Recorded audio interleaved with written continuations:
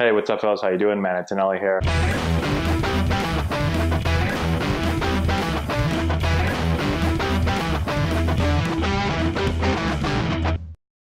Hey, what's going on, guys? How we doing? Man, Antonelli here.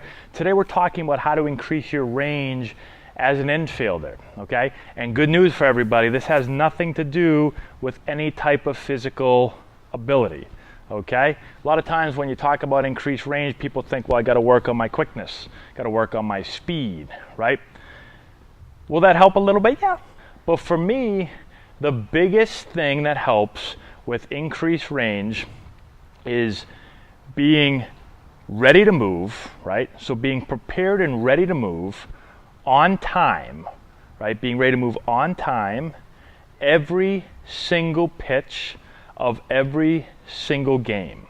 And being in the right position to move so that there is no wasted movements. So when you're talking about infield play, the ball gets on you as an infielder really quickly, especially as you move up to higher levels. That ball is going to get to you in almost basically like a half a second, okay? It's going to get to you. That's how fast the ball travels, okay? And so you don't have time to have wasted movements, and you definitely don't have time to not be prepared, okay? If you're not prepared to move, that half a second goes by like that and the ball's past you in left field if you're a third baseman, okay? But this is any position, any infield position. This is the difference between making the play and having to hit off your glove or just having to get past you. All right, so let's talk about some of the keys. All right, for a ready position, a couple things. The first thing, and most of this stuff I started to learn by watching tennis players, okay? Tennis players have to return balls that are served at them 130 plus miles an hour. It's absolutely ridiculous how fast, how quickly you've got to be able to move in tennis with how fast the ball is being served at them, okay? And if you watch tennis players, you'll notice a couple things. The biggest thing that you notice is that they read the ball in the air, okay? So they actually are reading the ball as the ball is being hit. They're actually in the air. So they're coming down and they're reading, do I go left? Do I go right? Right? Do I go in? Do I go back? They're reading that as they're coming down so that when they land, there's no landing, stopping, reading, and then moving. If that was the case, why did we move? Why did we hop at all? So you'll see pretty much every tennis player I've watched is going to split their feet or hop. So the way we teach it is I like to just kind of walk into it and then I'm going to split my feet. So it's a hop and my feet just get split a little bit like this, okay? So that's the way we teach it. And what you're going to see again if you watch tennis players is that they're only going to land typically, if they're going right, they only land off their left foot.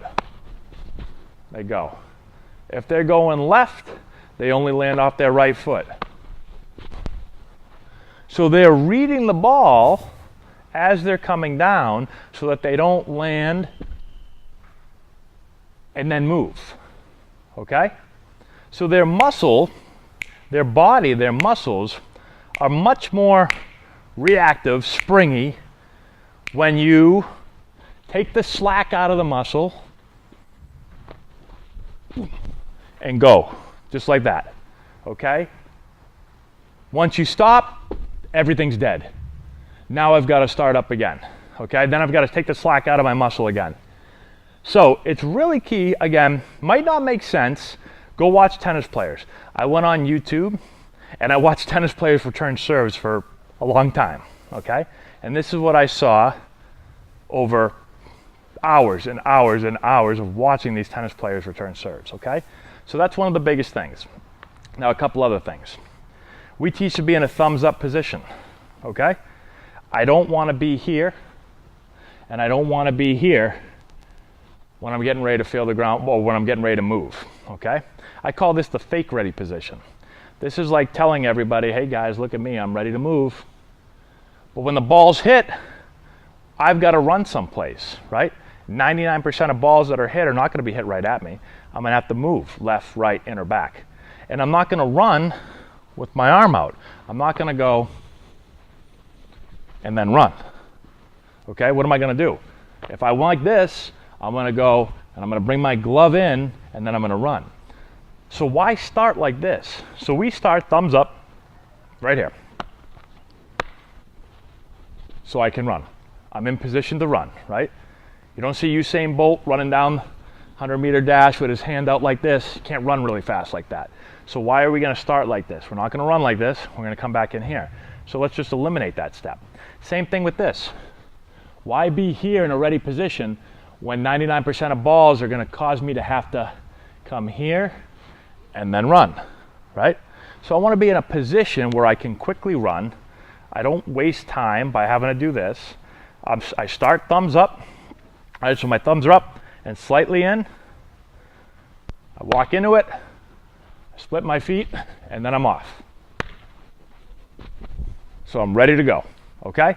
I run to the ball, and I get in position, okay? The other thing that a thumbs up position does, other than put me in position to run, is that now when I want to present the glove, it's just a nice, easy quarter turn right here. And I present, okay? So it puts me in a really good position to present my glove on time with very little wasted movement, all right? So those are the keys. The keys are read the ball as I'm coming down, not when I land, then read it and go. Be in a thumbs up, ready position so that I eliminate having to do this and bring my glove in, okay? And it's to be ready every single pitch. There's a lot of dead time. You don't have to concentrate every second of every game, okay?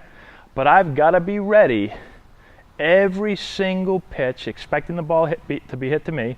I have to be ready to move every single time, and I have to make sure I'm on time with it, okay? And it can be challenging, but when you think about 100 pitches in the game, 120 pitches, but I've only got to really be zoned in and concentrated for just a couple seconds around every pitch. And then the other times, I don't have to be, right? After the pitch, here I am, boom, no action, okay? Now I don't have to concentrate, right? I don't have to worry about that. I can think real quick, okay, what's the situation here? Ball's hit to me, what am I gonna do with it? All right, kind of play that out. Now I get right back into it, pitcher gets on the mound. Okay, now I'm back into it again. Here we go. Nope, nothing. Out again, don't gotta concentrate. Got a few seconds to breathe, relax, then I get back into it. So it's a lot of short bursts of concentration. And then it's more manageable. I don't gotta be there for 2 hours in a game, depending on how old you are, right? Short amounts of time, but I gotta be locked in every single pitch. So hopefully that helps you guys out. Let me know if you have any comments in the section below. Subscribe to the channel, share the video with all your friends, all that good stuff. And that's all we got. Thanks so much for watching, I appreciate it. We'll talk to you later.